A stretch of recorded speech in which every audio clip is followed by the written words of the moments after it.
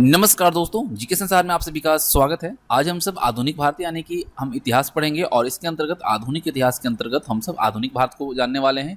और आज जो हम टॉपिक डिस्कस करेंगे होगा यूरोपीय आगमन। इसमें हम सब जानेंगे कि यूरोपीय के आगमन का जो क्रम है कौन सा रहा है और कौन कौन से कार्य इनके द्वारा किए गए हैं और क्या क्या चीज़ें घटित हुई हैं। तो इस वीडियो को एंड देखिएगा और फाइनली जब आपको वीडियो पसंद आए तो लाइक और अपने दोस्तों के साथ शेयर जरूर कीजिएगा। तो पहला जो क्वेश्चन है ये आपके लिए है, आपको इसका आंसर कमेंट बॉक्स में देना है और इस वीडियो के अंदर ही आपको इसका जवाब भी मिल जाएगा। आपके लिए प्रश्न जो है, यूरोपीय कंपनियों का भारत आने का क्रम जो है वो क्रम से क्या है। तो आपको बताना है कि पहले कौन आया, उसके बाद कौन आया, उसके बाद कौन आया। ठीक है, कमेंट करके आपको बतानी है। इसका आंसर जो है इसी वीडियो के अंदर आपको मिलेगा। अगला प्रश्न है, बांदेल, चिंसुरा, हुगली तथा श्रीरामपुर में किस स्थान पर पुर्तगालियों द्वारा फैक्ट्री स्थापित की गई थी। तो ये हुगली में किया गया था। ठीक है, आपको पता है कि हावड़ा ब्रिज इसी नदी पे है, हुगली नदी पे ही है। और ये कब किया गया था? 1534 ईस्वी में। पौंडीचेरी जो कि अब पुडुचेरी के तौर पर जाना जाता है, पर कब्जा करने वाला प्रथम यूरोपीय शक्ति कौन थी? तो थी पुर्तगाली। ठीक है, किस पुर्तगाली गवर्नर के समय ईसाई संत सेंट फ्रांसिस जेवियर भारत आए?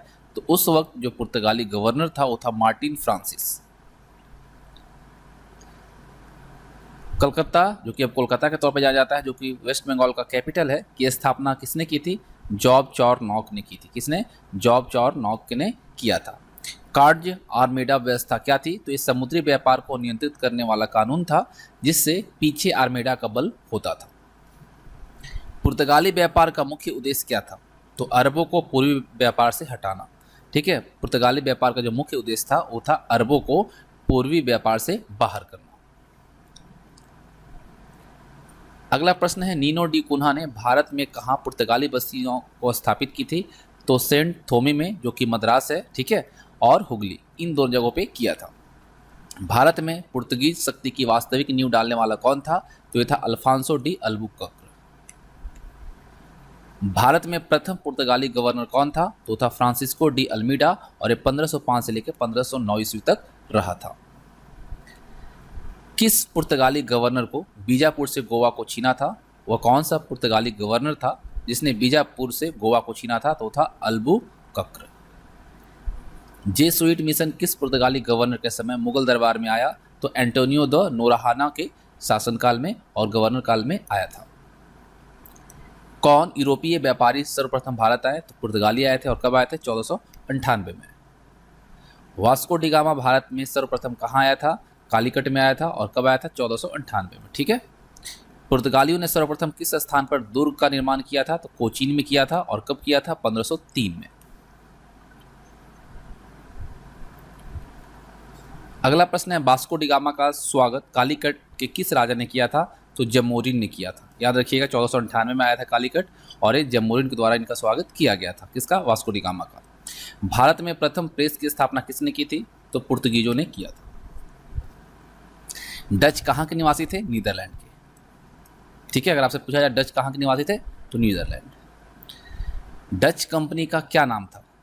ठीक है, मोस्ट इंपॉर्टेंट है। डच कंपनी का क्या नाम था? तो Dutch United East India Company of the Netherland. ठीक है, डच कंपनी का नाम क्या था? Dutch United East India Company of Netherland. Sumatra या बैंटम पहुंचने वाला प्रथम डच नागरिक कौन था? तो कौन था? कार्लेनिस डे हस्तमान। किसने भारत के प्रथम डच फैक्ट्री की स्थापना की? तो बादेर हेग ने किया था, जो कि कहाँ पे? मुसलीपत्तनम में। भारत के साथ व्यापार के लिए सर्वप्रथम संयुक्त पूंजी कंपनी किन लोगों ने प्रारंभ की थी? तो डचों ने किया था। याद रखिएगा, भारत के साथ व्यापार करने के लिए सबसे पहले संयुक्त पूंजी कंपनी जो शुरुआत किया गया वो डचों के द्वारा किया गया। बंगाल में कौन सा कारखाना डचों ने 1663 ईस्वी में स्थापित किया? तो वो था चिंसुरा। ठीक है, डचों ने जकार्ता जीतकर किस नगर को बसाया था? तो वटाविया नगर को। डचों ने अपने स्वर्ण सिक्के कहाँ ढाले थे? पुलिकट में। The governor and the company of merchant of London और trading into the East India, जो कि ईस्ट इंडिया कंपनी थी, इसकी स्थापना कब हुई? तो 31 दिसंबर 1600 ईस्वी को हुई है। सीधा सा समझिए, ईस्ट इंडिया कंपनी की स्थापना कब हुई? 31 दिसंबर 1600। 1599 ईस्वी में स्थल मार्ग से भारत आने वाला अंग्रेज व्यापारी कौन था? तो था जॉन मिंडेल हॉल। ठीक है, जॉन मिंडेल हॉल जो है वो 1599 ईस्वी में स्थल मार्ग से भारत आने वाला अंग्रेज व्यापारी था। ब्रिटिश कंपनियों में से भारत में व्यापार का सर्वप्रथम अधिकार किसे प्राप्त हुआ था? तो लिवेंट कंपनी को हुई थी 1593 में। उसके बाद ईस्ट इंडिया कंपनी 31 दिसंबर 1600 को। ठीक है। ईस्ट इंडिया कंपनी को तत्कालीन ब्रिटिश महारानी एलिजाबेथ ने 31 दिसंबर 1600 ईस्वी को पूर्व के साथ व्यापार करने के लिए कितने वर्षों का विशेषाधिकार प्रदान किया था? तो 15 वर्षों के लिए।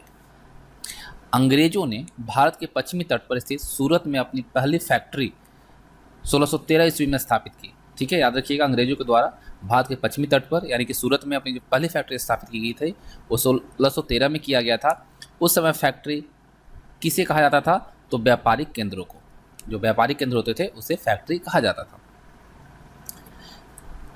अब देखिए 1608 ईस्वी में कंपनी ने कैप्टन हॉकिंस को मुगल सम्राट जहांगीर के दरबार में भेजा।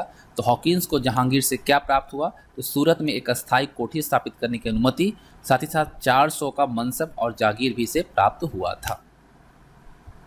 भारत में ईस्ट इंडिया कंपनी की सफलता के निम्न प्रमुख कारण अगर देखा जाए तो एक तो है कि भारत में राष्ट्रीय भावना की कमी थी, दूसरा कंपनी की सेना को पश्चिमी प्रशिक्षण व आधुनिक हथियार प्राप्त होना, और तीसरा था भारतीय सैनिकों में राष्ट्रीय भावना का अभाव। ये सभी कारण थे जो कि सफल हुई भारत में ईस्ट इंडिया कंपनी। अगला प्रश्न है, फ्रांसिस डे ने 1639 ईस्वी में चंद्रगिरी के राजा से मद्रास को पट्टे पर लिया था और वह एक किलाबंद कोठी बनवाई। इस कोठी का नाम क्या था? तो सेंट जॉर्ज फोर्ट नाम था। ठीक है, क्या नाम था? Saint George Fort. तो यहाँ पे बहुत चीज़ों को याद रखना है आपको। फ्रांसिस डे ने 1639 ईस्वी में चंद्रगिरी के राजा से मद्रास को पट्टे पे लिया था। ठीक है, और वहाँ पे जो किलाबंद कोठी बनवाई थी उस कोठी का नाम था सेंट जॉर्ज फोर्ट।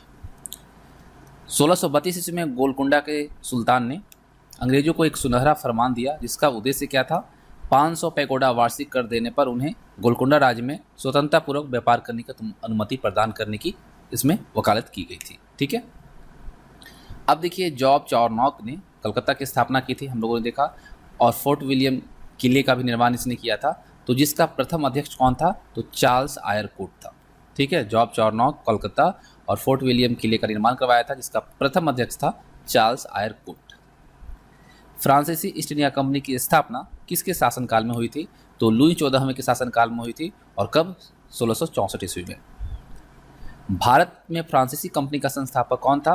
तो कॉलबर्ट था, और कब किया था? 1664 में। भारत में फ्रांसीसियों ने पहली कोठी जो बनाई किसके द्वारा? 1668 में सूरत में स्थापित किए गए। देखिए भारत में फ्रांसीसियों ने अपनी पहली कोठी जो है 1668 में स्थापित की। कहाँ पर? सूरत में। और किसके द्वारा किया गया? फ्रैंको कैरो के द्वारा। फ्रांसीसियों एवं अंग्रेजों के मध्य पेरिस की संधि कब हुई थी? 1765 ईस्वी में। याद रखिएगा, मोस्ट इंपॉर्टेंट है। ठीक है, फ्रांसीसी और अंग्रेज के मध्य पेरिस की संधि जो हुई थी 1765 में हुई थी। अब देखिए यहाँ कुछ फैक्ट्स हैं, उसे आप ध्यान से देखेंगे। यूरोपीय व्यापारी और कंपनी से समृद्ध व्यक्ति। वास्को डी गामा भारत आने वाला प्रथम यूरोपीय यात्री। पेड्रो अल्वारेज कैब्रल भारत आने वाला द्वितीय पुर्तगाली। ये पहला पुर्तगाली था वास्को डी गामा, दूसरा था पेड्रो अल्वारेज कैब्रल, तीसरा फ्रांसिस्को डी अल्मेडा, ये भारत का प्रथम पुर्तगाली governor. John Mendel hall Bharat आने वाला प्रथम ब्रिटिश नागरिक। कैप्टन हॉकिंस प्रथम अंग्रेजी यात्री जो सम्राट जहांगीर के दरबार में 1609 ईस्वी में पहुंचा था।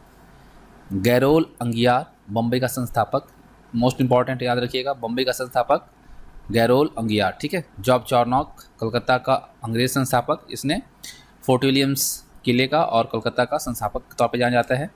Charles Eyre Fort William Calcutta का प्रथम प्रशासक बना था, प्रथम अध्यक्ष बना था। ठीक है। विलियम नॉरिस 1638 में स्थापित नई ब्रिटिश कंपनी जो थी ट्रेडिंग इन द ईस्ट का दूत था, जो व्यापारिक विशेषाधिकार हेतु औरंगजेब के दरबार में उपस्थित हुआ था। कुछ और है, फ्रैंको मार्टिन ये पौंडीचेरी का प्रथम फ्रांसीसी गवर्नर था। फ्रांसीसी डे ये मद्रास का अंग्रेज संस्थापक था। शोभा सिंह वर्धमान का जमींदार, जिसने 1690 में अंग्रेजों के खिलाफ विद्रोह किया था। इब्राहिम खां एक कलिकता जो कि कालीकट और कोलकाता जो था कालीघाट कोलकाता का, ये गोविंदपुर और सुनातानी का जमींदार था। ठीक है। इब्राहिम खां याद रखिएगा, कालीकता ये मतलब जो कोलकाता अभी हम जानते हैं, तो कालीघाट और कोलकाता, गोविंदपुर और सुतानाती यहाँ का वो जमींदार था। जॉन सुरमन मुगल सम्राट फर्रुखसियार से विशेष व्यापार सुविधा प्राप्त करने वाले शिष्टमंडल का प्रमुख था। फादर मॉन्सरेट, ये अकबर के दरबार में पहुंचने वाला प्रथम शिष्टमंडल का अध्यक्ष था। कैरोन फ्रैंक, भारत में प्रथम फ्रांसीसी फैक्ट्री को सूरत में स्थापित करने वाला व्यक्ति है। और अल्फांसो डी अल्बुकर्क जो है भारत में पुर्तगाली शक्ति का वास्तविक संस्थापक इसे माना जाता है। ठीक है, ये रही बात। अब हम बात करते हैं कुछ और चीज़ों को देखते हैं। देखिए, कर्नाटक के नवाब अनबरुद्दीन को फ्रांसीसियों ने किस युद्ध में मात दिया था? तो अंबूर के युद्ध में। कौन से? अंबूर के युद्ध में। किस युद्ध के कारण यूरोप में सप्तवर्षीय युद्ध का आरंभ होना था? तो कर्नाटक का तृतीय युद्ध। डचों ने पुर्तगालियों को पराजित कर आधुनिक कोची में फोर्ट विलियम्स का निर्माण कब किया? 1663 ईस्वी में। 1690 में पुलिकट के स्थान पर डच गवर्नर का मुख्यालय कहाँ बनाया गया? तो ये नेगापत्तनम में बनाया गया। डच कंपनी का व्यापार किस नीति पर आधारित था? सहकारिता। डचों की शक्ति किस युद्ध में समाप्त हो गई थी? तो बेड्रा के युद्ध में। डच व्यापार का विस्तार का समय क्या था? तो 1630 से लेकर 1665 ईस्वी। सूरत में डचों को काफ़ी नील मिलती थी। यह कहाँ तैयार की जाती थी? तो मध्य भारत और सुमात्रा में। भारत में भारतीय वस्त्र को निर्यात की वस्तु बनाने का श्रेय किसे दिया जाता है? तो डचों को दिया जाता है। डचों का मुख्य लक्ष्य क्या था? तो दक्षिण पूर्व एशिया में टापुओं से व्यापार करना। किस यूरोपीय कंपनी ने सूरत में सर्वप्रथम अपना कारखाना स्थापित किया था? तो अंग्रेजों ने किया था। और कब किया था? 1613 ईस्वी में। ब्रिटेन के सम्राट चार्ल्स द्वितीय द्वारा पुर्तगाल की राजकुमारी कैथरीन से विवाह 1661 में किया था। और करने पर कौन सा प्रांत उन्हें पुर्तगाल से उपहार में मिला था? तो बम्बई, जो कि अभी मुंबई के तौर पे जाना जाता है। इंग्लैंड के राजा जेम्स प्रथम का एक दूत सर टॉमस रॉ जहांगीर के दरबार में आया था। इसका उद्देश्य क्या था? तो इसका उद्देश्य सिंपल था कि शाही दरबार के अफसरों के हाथ तैयार कपड़ा बेचना और नील खरीदना तथा व्यापारिक संधि करना। अब देखिए अगला प्रश्न। 1611 ईस्वी में अंग्रेजों ने दक्षिण में, जो दक्षिण भारत है, यहाँ पर अपनी पहली फैक्ट्री मछलीपट्टनम में स्थापित की। लेकिन जल्द ही उनकी गतिविधियों का केंद्र जो हुआ वो कौन हुआ? मद्रास। पूर्वी व्यापार पर अंग्रेजों के अधिकारों को पुर्तगीज ने कब स्वीकार किया? तो जुलाई 1654 में। ठीक है, पूर्वी व्यापार पर अंग्रेजों के अधिकार को पुर्तगीजों ने 1654 में स्वीकार किया था। अगला प्रश्न है कि मुगल शासक शाहजहां के समय किस मुगल सूबेदार ने पुर्तगाली केंद्र हुबली पर कब्जा कर लिया? वो था कासिम खां। 17वीं शताब्दी में भारत से किए जाने वाले मसालों के व्यापार पर किसका अधिकार था? तो डचों का था। अब देखिए यहाँ पे हम देखते हैं डचों के बारे में हम लोगों ने देखा। अब देखते हैं विदेशी कंपनियों का आगमन एवं प्रस्थल। ठीक है, तो देखिए सबसे पहले हमने आपसे पहला क्वेश्चन पूछा था, है ना? तो यहाँ पे आपको जवाब इसका मिल जाएगा। सबसे पहले आई कंपनी पुर्तगाली, ठीक है, 1498 में। और पुर्तगाली ईस्ट इंडिया कंपनी इस्ताबो व इंडिया, ठीक है, जो कहलाता है। इसका गवर्नर था FD अल्मेडा और स्थल था कालीकट। और अगर विवरण देखें तो अल्बुकर्क वास्तविक संस्थापक था पुर्तगालियों का। ठीक है, उसके बाद कौन आया? अंग्रेज आए, अंग्रेजी ईस्ट इंडिया कंपनी। ठीक है, the governor and Company of merchant of London trading in to the East Indies, ये इस कंपनी का नाम था। और एक कब इसकी स्थापना हुई? 1600 में। और गवर्नर था सर टॉमस रॉ और स्थल सूरत था। और सूरत और मछलीपट्टनम बंदरगाह से यह व्यापार करता था। उसके बाद डच आई, डच ईस्ट इंडिया कंपनी, ठीक है, 1602 में। इसके गवर्नर थे विर्निच ओ और स्थल है मछलीपट्टनम। और पुर्तगीज के बाद विस्थापित हुआ। उसके बाद डेनिश ईस्ट इंडिया कंपनी आई, ठीक है, 1616 में। और इसके गवर्नर थे दस्तमान और इसका स्थल था सूतानाती। और कुछ स्थलों पर कोठी भी इसके द्वारा स्थापित की गई थी। उसके बाद फ्रांसीसी आए, फ्रांसीसी ईस्ट इंडिया कंपनी, द इंडेक्स ओरिएंटलेंस, जो कि 1664 में आई। और इसके गवर्नर कलबोर्ट मार्टिन और स्थल था सूरत। और प्रथम अखबार की शुरुआत इन्हीं के द्वारा की गई थी। उसके बाद लास्ट में आया स्वीडिश ईस्ट इंडिया कंपनी, जो कि 1731 में विलियम यूसलिंक्स इसके गवर्नर थे। और गोहनबर्ग इसका स्थल था। और कपड़ों के व्यापार के लिए प्रथम प्रयास इसके द्वारा किया गया था। तो अगर आपसे पूछा जाए विदेशी कंपनियों का आगमन का सही क्रम, तो पुर्तगाली, उसके बाद अंग्रेज, फिर डच, फिर डैनिश, फिर फ्रांसीसी, फिर स्वीडिश, ये सही क्रम होगा। देखिए, अब यहाँ पे हम अगर बात करें भारत में यूरोपीय बस्तियों का विवरण के बारे में कि कौन कौन सी बस्तियाँ कहाँ पे स्थापित हुई थी और कौन से वर्ष में हुई थी, तो अगर यहाँ पे हम 1498 से लेकर 1739 तक की अगर बात करें तो यहाँ पर देख सकते हैं, यहाँ पे संकेतक आपको दिया गया है, यूरोपीय बस्तियाँ, इस तरह से पुर्तगाली बस्तियाँ सभी दिए गए हैं। तो सबसे पहले अगर हम बात करें चेन्नई के बारे में, तो चेन्नई की स्थापना जो थी वह 22 अगस्त 1639 को तमिलनाडु की राजधानी चेन्नई, आपको पता है उस वक्त हुआ करती, जो कि अभी मद्रास पहले हुआ था, फिर इसका नाम चेन्नई किया गया, कि new British east India company ने रखी थी।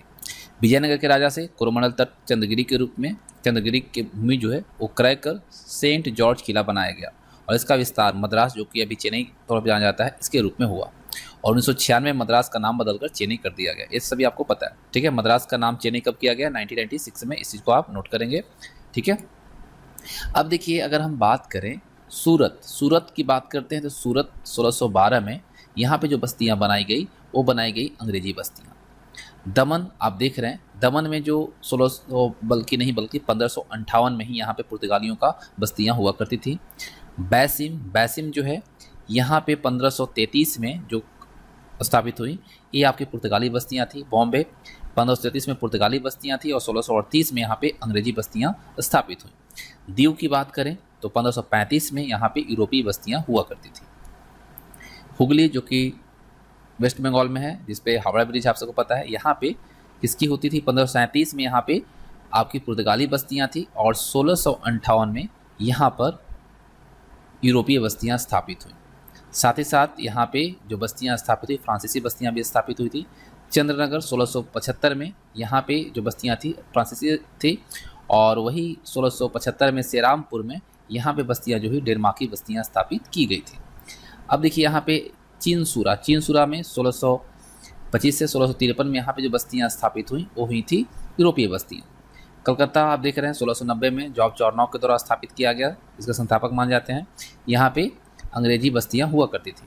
विशाखापत्तनम यहाँ पे 1682 में अंग्रेजी बस्तियाँ थी। यमन 1725 फ्रांसीसी बस्तियाँ। मसूलीपट्टनम 1616 में यहाँ पे जो बस्तियाँ थी डच बस्तियाँ थी। वहीं अगर हम नीचे की तरफ आते हैं तो पुलिकट यहाँ पे बस्तियाँ थी डच बस्तियाँ।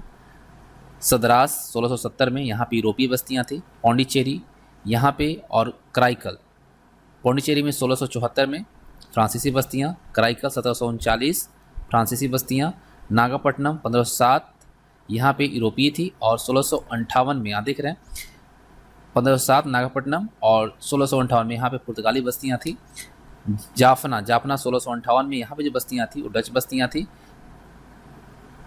त्रिनकोमल 1522 में यहाँ पे पुर्तगाली बस्तियाँ थी और यही चीज़ अगर हम देखें 1673 में यहाँ पे जो थी डच बस्तियाँ स्थापित हुई थी, ठीक है। और 1674 में यहाँ पे फ्रांसीसी बस्तियाँ थी। मतारा 1507 में पुर्तगाली बस्तियाँ थी और 1656 में यहाँ पे डच बस्तियाँ स्थापित हुई थी। गाले में अगर देखते हैं तो 1507 में पुर्तगाली बस्तियाँ थी और 1656 में यहाँ पे डच बस्तियाँ स्थापित हुई थी। कोलंबो की बात करें तो 1505 में यहाँ पे जो बस्तियाँ हुआ करती थी वो होती थी पुर्तगाली बस्तियाँ और 1656 में यहाँ पे जो बस्तियाँ हुई वो डच बस्तियाँ हुई।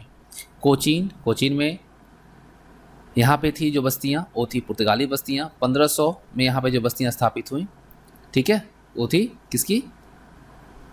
पुर्तगाली बस्तियाँ थी। और वहीं कालीकट की बात करें 1498 में तो यहाँ पे पुर्तगाली बस्तियाँ थी और 1725 में माहे यहाँ पे फ्रांसीसी बस्तियाँ थी और 1501 में कन्नौर यहाँ पे पुर्तगाली बस्तियाँ थी। गोवा हम लोगों ने देखा 1510 में फ्रांसीसी बस्तियाँ यहाँ पे स्थापित थी।